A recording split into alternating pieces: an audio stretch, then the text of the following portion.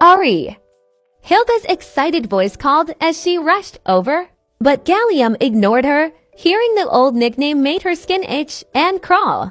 She felt sick to her stomach and hated the noise ringing softly in her head between her ears. She had never wanted to have this feeling again.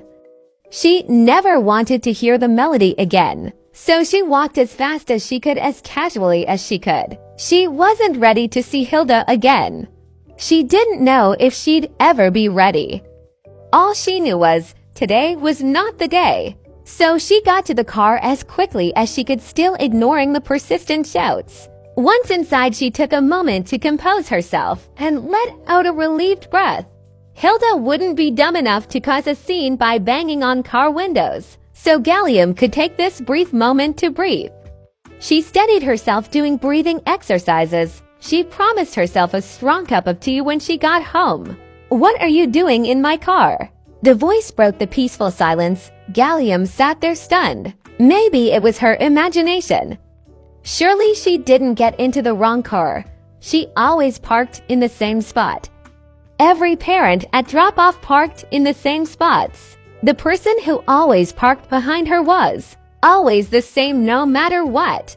Gallium looked over, sitting across from her. She realized in her panic she had gotten into the passenger seat of Professor Drake Utonium's car. "Dr. Gallium, why are you in my vehicle?" Utonium questioned again. Gallium felt like a deer in headlights. She had gotten into the wrong car. But that didn't make sense. She drove a McCracken with a tangerine gloss over the white. She never mistook it in the parking lot.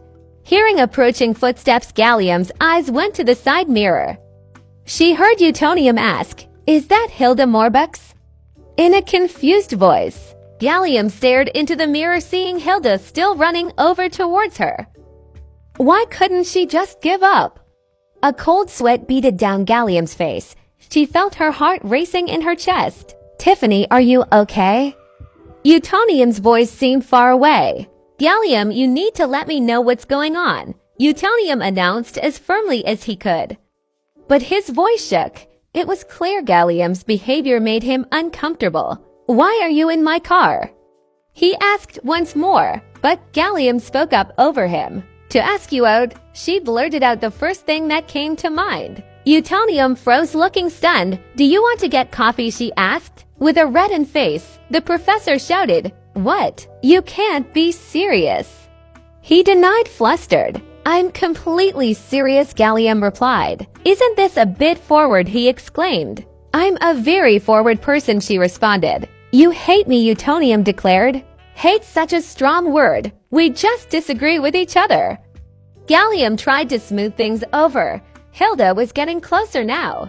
"The last time we got coffee it went horribly," Utonium stressed. "Oh, it wasn't that bad," Gallium replied with a nervous laugh in her voice. "We had a screaming match. You threw coffee in my face," Utonium exclaimed. Unable to waste any more time, Gallium dropped her smile. "Drake, please, I need to get out of here," she told him, speaking honestly. Utonium stared at her with an unreadable expression. "Okay," he replied softly. There was no more fighting from him after that. He then started the car. In short form, he took off just as Hilda had reached the car.